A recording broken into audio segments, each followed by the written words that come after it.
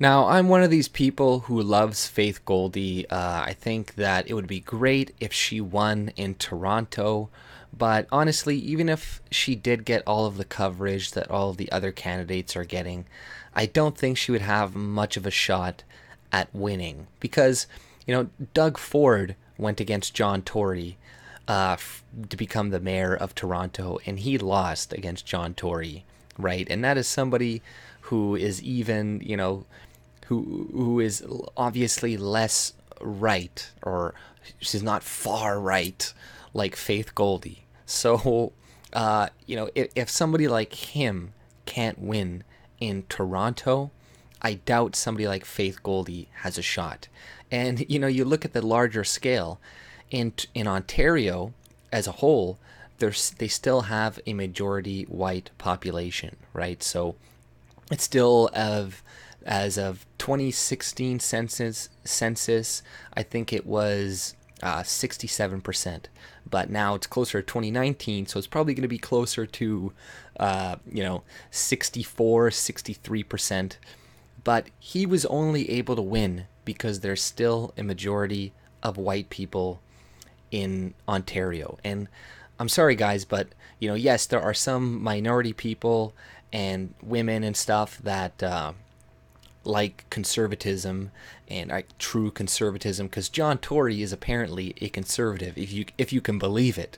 But that is the only type of conservative that can win in a place with a minority white population, because the liberals have, let's face it, the majority of the minorities voting for them, and a large portion of the women, and a certain portion of cuck white people, white dudes voting for them too. So they have a huge base, right?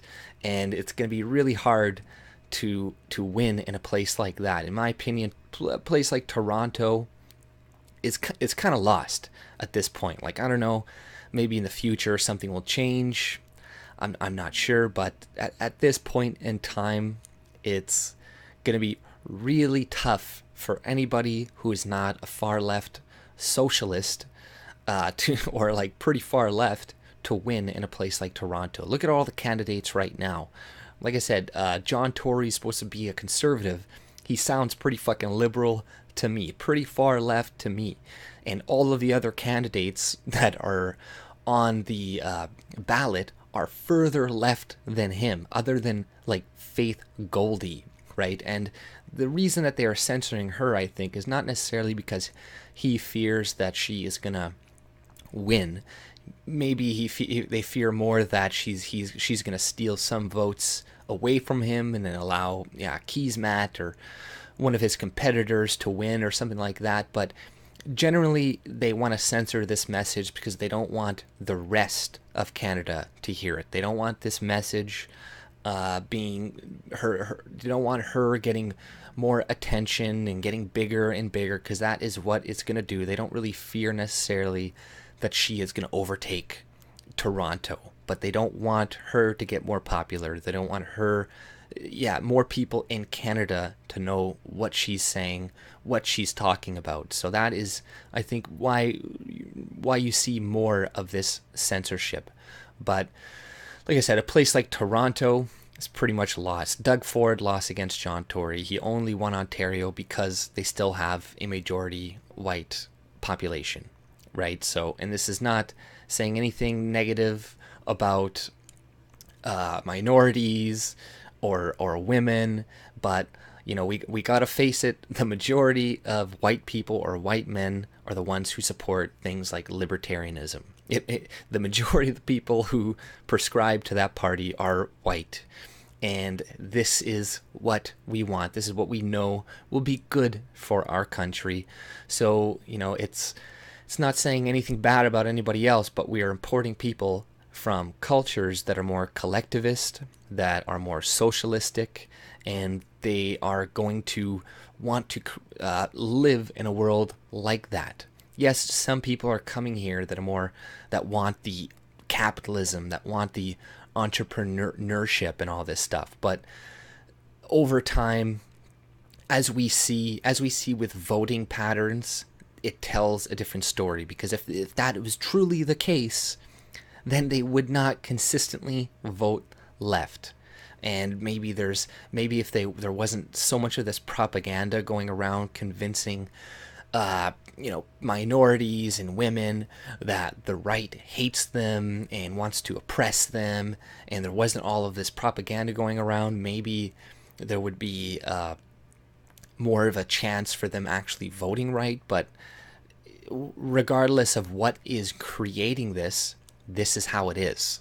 So this is a warning, pretty much. Toronto, this would be a warning. It'd be like, this is what will happen for the future. And this year alone, we've had something like 500,000 people come into Canada, and like 80% of them, or like 20% of them, were born, and like 80% of the 500,000 immigrated.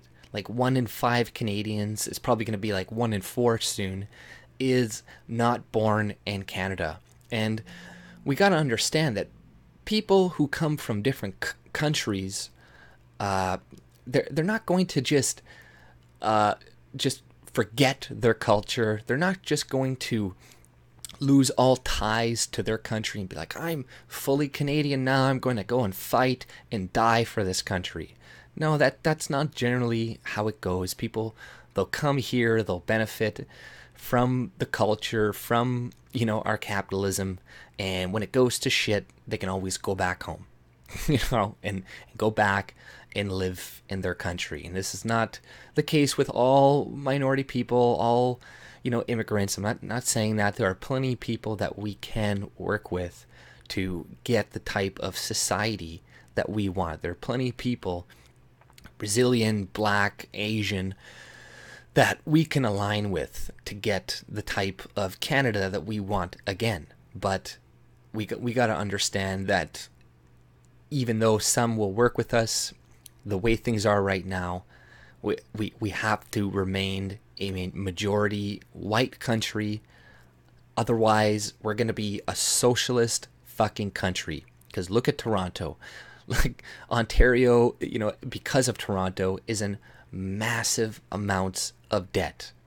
And what do we expect when we import people from cultures that are not capitalistic cultures? They don't have the same history, the same culture as ours. And at the rate we are doing it, they are not going to integrate.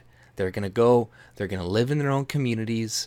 They're not, like, if you're going to have immigration, especially from people from different cultures, what you do is you put them, in a group surrounded by a bunch of Europeans, a bunch of people from that country. So then they are forced to assimilate. But when you just allow them to go into communities and then all go live, they will not assimilate.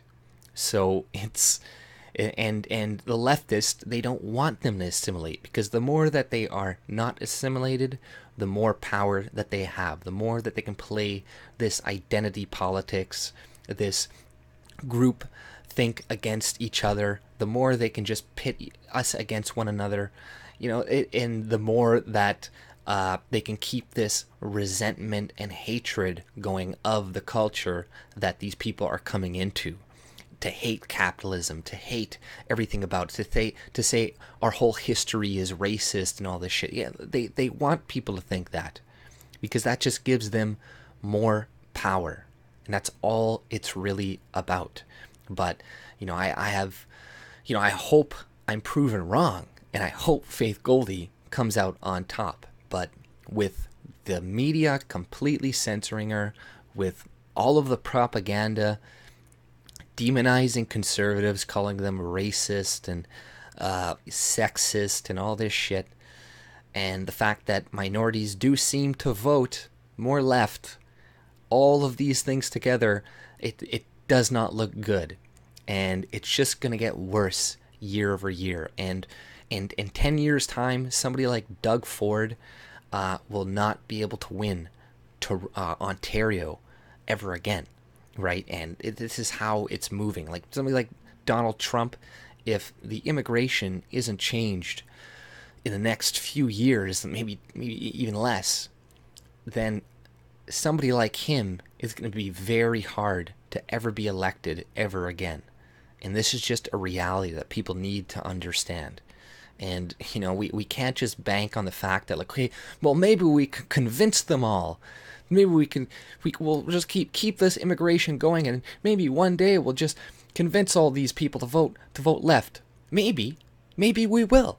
I don't know the future, but as things are going now, it doesn't look like we will. So we need to convince people to start talking to people about immigration and about the effects that it's going to have on society in the future. And it may sound like we're blaming brown people and women and all this stuff for voting for the left, but it's like, these things need to be talked about. You're going to be labeled sexist, you're going to be labeled racist, but you got to get these ideas, these thoughts into people's consciousness, because it isn't. People aren't even thinking about it, and that's a problem. If everybody's got their heads in their phone, worried about some bullshit online, and all of this is going on while they're not paying attention, and one day they're going to wake up and they're going to be like, what the fuck happened? And it is up to us, it is up to people who do know, who can see what the fuck is going on, to let people know, to take the bullet, you could say, because if we don't, then, we are definitely fucked. We do have a chance. We do have a chance with the internet. We do have a chance now to change things. It's not, the hope is not completely over, but a place like Toronto is an example of what is to come if nothing is changed. And that's not to say also that people from minority countries will always vote left forever, for the end of time, right? But it needs to be stopped now, so then maybe the people here can be assimilated and can learn, can be convinced to vote more conservative. Because I'm not for some like, oh, we need to kick out all minorities from Canada, we need to do this and use the government's force and all this shit. But if we are going to have any sort of chance, a lot of this stuff needs to change soon. And we need to go back to a more free society with more libertarian principles and less wealth redistribution, because that is what will help Europeans remain a majority within their own countries. It's a lot of this wealth distribution that is causing the influx of other races and the decrease of our race, right? So, all these different things coupled together. But, I have all, I hope Faith Goldy gets more popular after this. I hope her name gets, more people know about her. I hope she has more of an impact, and I think she will.